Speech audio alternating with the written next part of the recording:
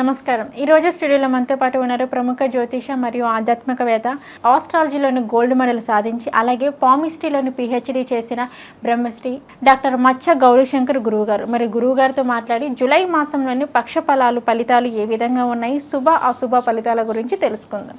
నమస్కారం గురుగారు. ద్వాదశ రాశుల్లోని గోచారీత్య పక్ష ఫలాలు ఈ జూలై మాసంలోని ఏ విధంగా ఉన్నాయనే వాటి గురించి అయితే మాకు తెలియచేయండి. అలాగే వాటి యొక్క గ్రహ స్థితిగతులు కూడా ఏ విధంగా ఉన్నాయి అనే అంశం గురించి కూడా మాకు ఒక్కసారి తెలియజేయండి. ఓం శ్రీ గణేశాయ నమః, శ్రీ సరస్వతే నమః, శ్రీ పాదవల్లభ నృసింహ సరస్వతి, శ్రీ గురు దత్తాత్రేయాయ నమః. గురు బ్రహ్మ గురు విష్ణు గురుదేవో మహేశ్వరః, గురు సాక్షాత్ పరబ్రహ్మ తస్మై శ్రీ గురవే నమః. ఓం అసాధ్య సాధక స్వామి అసాధ్యం తం కిం వద రామదూత కృపాసింధో మత్కార్యం సాధేన ప్రభు. జ్ఞానానందమయం దేవం నిర్మల స్ఫటికాకృతిం ఆధారం సర్వ విద్యానాం హైగ్రీవముపాస్మే. శ్రీ గురుదేవోభ్యాయ నమః. జూలై మాసంలో ద్వాదశ రాశుల యొక్క గోచార రీత్యా పక్ష ఫలముల గురించి మనం ఇప్పుడు తెలుసుకుందాం. అలాగే ద్వాదశ రాశుల్లో గ్రహాల యొక్క స్థితిగతులు, అంటే గ్రహాల యొక్క స్థితిగతులు ఏ విధంగా ఉన్నాయి మనం ముందుగా తెలుసుకుందామమ్మా. అలాగే ఇప్పుడు రవి 16వ తారీఖు వరకు మిథున రాశిలో ఉండి తదుపరి కర్కాటక రాశిలోకి ప్రవేశిస్తున్నాడు రవి. అలాగే కుజుడు 12వ తారీఖు వరకు మేషరాశిలో ఉండి తదుపరి వృషభ రాశిలోకి ప్రవేశిస్తున్నాడు. అంటే 12వ తారీఖు వరకు మేషరాశిలో ఉంటాడు కుజుడు, తరువాత వృషభ రాశిలోకి ప్రవేశిస్తున్నాడు. అలాగే బుధుడు జూలై 20వ తారీఖు వరకు కర్కాటక రాశిలో ఉండి తదుపరి సింహరాశిలోకి ప్రవేశిస్తున్నాడు బుధుడు. అలాగే గురువు ఈ నెలంతా కూడా వృషభ రాశిలోనే సంచరిస్తున్నాడు గురువు. కుజుడు ఈ నెల 7వ తారీఖు వరకు మిథున రాశిలో ఉండి తదుపరి కర్కాటక రాశిలోకి ప్రవేశిస్తున్నాడు శుక్రుడు. అలాగే శని ఈ నెలంతా కూడా కుంభరాశిలోనే సంచరిస్తున్నాడు. ఈ నెలంతా కూడా కుంభరాశిలోనే సంచరిస్తున్నాడు. ఇక రాహువు ఈ నెలంతా కూడా మీనరాశిలోనే సంచరిస్తున్నాడు. కేతు వచ్చేసి ఈ నెలంతా కూడా కన్యారాశిలో సంచరిస్తున్నాడు. అంటే ద్వాదశ రాశుల యొక్క గోచార రీత్యా గ్రహాల యొక్క స్థితిగతులు ఏ విధంగా ఉన్నాయనేది ఫస్ట్ మనం తెలుసుకోవడం వల్ల ఈ 12 రాశులకి మనం ఏ విధంగా ఉన్నాయనేది మనం చెప్పచ్చు. గురువుగారు, ద్వాదశ రాశుల యొక్క గ్రహాల స్థితిగతులు ఈ మాసంలోని ఏ విధంగా ఉన్నాయి, ఏమిటి అనే అంశం గురించి అయితే మాకు తెలియచేశారు. అలాగే ద్వాదశ రాశుల్లోని మొదటి రాశి మనం చూసుకున్నట్లయితే మేషరాశి. మరి మేషరాశి వారికి వచ్చేసి 15వ తారీఖు నుంచి 31వ తారీఖు వరకు, మరియు వీరికి వచ్చేసి ఆదాయం పరంగా కానీ, లేదంటే ఉద్యోగస్తులకు కానీ, లేదంటే వ్యాపారం చేసుకునే వాళ్ళకి, కొత్తగా వ్యాపారం స్టార్ట్ చేస్తారు కొంతమంది. సో మరి వీరందరికీ ఎలా ఉండబోతుందంటారు గురువుగారు, ఒక్కసారి తెలియచేయరా? ఇప్పుడు ఈ జూలై మాసంలో అంటే 15వ తారీఖు నుంచి 31వ తారీఖు వరకు మన పక్షఫలాల గురించి చెప్పుకుంటున్నాం తల్లి. ఇప్పుడు ఈ మేషరాశి వారికి ఈ 15వ తారీఖు నుంచి కూడా అనుకూలంగానే ఉంది. అంటే వాళ్ళు ఏ పని అనుకొని తలపెట్టినప్పటికీ వాళ్ళు ఆత్మస్థైర్యంతో ముందుకు వెళతారు. ఆ పనిని పూర్తి చేయడం జరుగుతుంది, కార్యసిద్ధి కూడా కలుగుతుంది. అలాగే కొత్త నిర్ణయాలను కూడా వాళ్ళు తీసుకోవడం జరుగుతుంది. అంటే ఎప్పటి నుంచో అనుకుంటున్నటువంటి పనులన్నీ పూర్తి చేసుకోవడం, అవన్నీ పూర్తి అయిన తర్వాత మళ్ళీ ఇంకో కొత్త పనులన్నీ కూడా ఏ విధంగా చేయాలి, ఎలా చేయాలి అనే ఒక నిర్ణయాన్ని తీసుకోవడం కూడా జరుగుతుంది తల్లి. అలాగే మనోవేదన నుంచి, దుఃఖపడుతున్న దాని నుంచి అవన్నీ తొలగిపోయి కొంత ఆనందదాయకంగా ఉండేటువంటి కాలం వీళ్ళకి కలిసి వస్తుంది. అలాగే కొన్ని కోర్టు కేసులు, కోర్టు వ్యవహారాలు పెండింగ్ పడుతున్నాయి, వాయిదాలు పడుతున్నాయి, ఇవన్నీ కూడా వీరికి అనుకూలంగా రావడం జరుగుతుందమ్మా. మేషరాశి వారికి. ఇంకా భార్యాభర్తల మధ్య అన్యోన్యతా భావం ఏర్పడుతుంది. అంటే ఒకరికి ఒకరు అర్థం చేసుకుంటారు, ఒకరి మనోభావాల్ని ఒకరు పంచుకోవటం కూడా జరుగుతుంది. వీరు ఎప్పటి నుంచో అనుకుంటున్నటువంటి గృహం కట్టాలి అనుకుంటారో, లేకపోతే భూములు కూడా అనుకున్నారో, ఈ కోరికలన్నీ కూడా ఒకరికొకరు అర్థం చేసుకొని కొనుక్కునేటువంటి యోగ కాలం ఈ కాలం.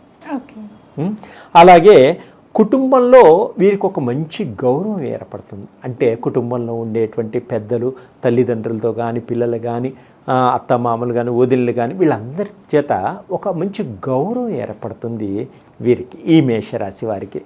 దానివల్ల కుటుంబంలో గౌరవం ఏర్పడటం వల్ల ఆనందంగా ఉంటాడు. మనిషి ఏది చేయాలనుకున్నా ఆనందంగా ఉన్నప్పుడు ముందుకు సాగగలుగుతాడు. అంటే ఇంట్లో ఆనందంగా ఉంటే బయట కూడా ఆనందంగా ఉండగలుగుతాడు. అలాగే ఏదన్నా విదేశాలకు వెళ్ళాలి, పిల్లల్ని విదేశాలకు పంపించాలి అనుకున్న కోరిక కూడా తప్పకుండా నెరవేరుతుంది. విదేశాలకు వెళ్ళి చదువుకోవాలి, అక్కడ ఉద్యోగం చేయాలనుకునే వారికి కూడా ఇది ఒక మంచి అవకాశం ఉంటుంది. అంటే సరి అయిన టైంకి వీసా రావడం, ఆర్థిక పరంగా కొన్ని ఇబ్బందులు ఉన్నప్పటికీ వారికి కుటుంబ పరంగా కానీ, స్నేహితుల పరంగా కానీ వీరికి ఆర్థిక సహాయం సరి అయిన సమయానికి అందుతుంది. కాబట్టి వీరి కోరిక నెరవేరినట్టే. అలాగే విదేశాల్లో వ్యాపారం చేస్తున్న వారికి కూడా కొన్ని అనుకూలంగా ఉండేటువంటి కాలంగా ఉంటుంది. అంటే కొన్ని ఇబ్బందులు కలిగినప్పటికీ ముందు కాలంలో ఇప్పుడు మటుకు అనుకూలంగా ఉంటుంది. అంటే కొంత నష్టపోతామేమో అని భయపడినా ధైర్యంతో ఈ పక్ష ఫలాల్లో ఈ ముందుకు వెళతారు. ఈ మాసంలో వారికి తప్పకుండా విజయం కలుగుతుంది. ఇంకా కొత్త వ్యాపారాలు చేయాలి, కొత్త భాగస్వాములతో కలవాలి, మరిన్ని వ్యాపారాలు విస్తరింప చేయాలి అనుకునే వారికి కూడా చాలా బాగుంటుంది ఈ పక్ష ఫలాల్లో ఈ 15 రోజులు. అలాగే కుటుంబంలో ఏం చేస్తారంటే ఖరీదైనటువంటి దుస్తులు కొనుక్కుంటారు. స్త్రీలు ఎప్పటి నుంచో ఆభరణాలు కొనుక్కోవాలి అనుకునే వారికి మంచి బంగారపు ఆభరణాలు కొనుక్కోగలుగుతారు.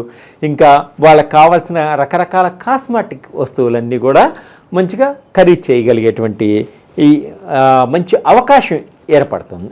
అలాగే సినిమా రంగంలో ఉన్న వాళ్ళకి, టీవీ రంగంలో ఉన్న వాళ్ళకి కూడా ఈ 15 రోజుల్లో ఎప్పటి నుంచో రావలసినటువంటి డబ్బులన్నీ కూడా సరి అయిన సమయానికి సానుకూలంగా అందే సూచనలు ఉన్నాయి.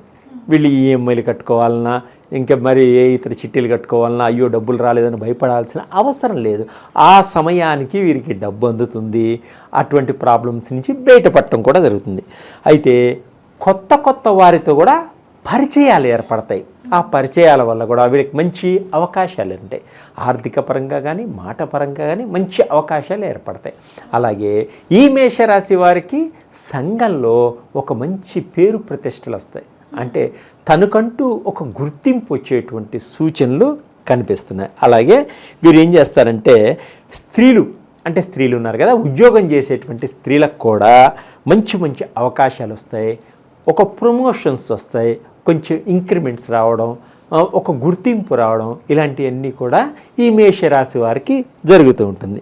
అలాగే ప్రభుత్వ ఉద్యోగం చేస్తున్నటువంటి స్త్రీలకు కానీ, పురుషులకు కానీ మంచి ప్రమోషన్స్ రావడం, తర్వాత వీరు మటుకు స్థాన చలనం కలుగుతుంది. అంటే వీరు అక్కడే ఆ ప్లేస్లోనే ఉండలేరన్నమాట.